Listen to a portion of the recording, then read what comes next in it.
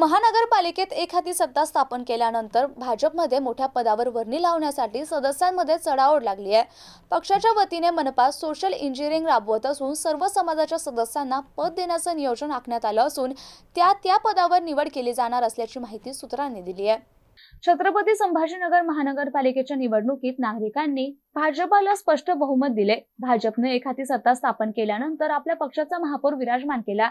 मनपा तिजोरीची चावी आणि आर्थिकदृष्ट्या महत्त्वपूर्ण पद म्हणजे स्थायी समिती सभापती पद। आता या पदासाठी भाजपात मोठ्या प्रमाणात चढाओढ सुरू असल्याचं चित्र दिसून येत आहे। आपल्या मर्जीतल्या सदस्याची वर्णी लागावी म्हणून वरिष्ठ पदाधिकारी सुद्धा प्रयत्नशील असल्याचं समोर येत आहे।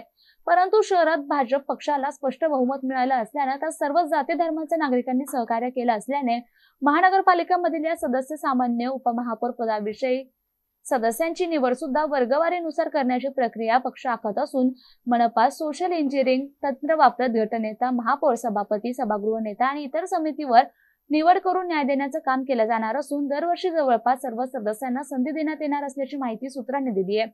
येत्या 12 मार्च रोजी मनपाच्या तिजोरीची चावी संबोधल्या जाणाऱ्या स्थायी समिती सभापती पद आणि इतर समित्यांवर निवड केली जाणार आहे। यात सुद्धा अनेक सदस्यांची मनधरणी केली जाते, कारण या पदासाठी अनेक इच्छुक असून त्यात मोठ्या प्रमाणात सदस्यांमध्ये चढाओढ सुरू असल्याचं समोर येत आहे। येत्या 12 मार्च रोजी कोणाच्या गळ्यात सभापती पदाची माळ पडणार याची उत्सुकता वाढू लागली आहे।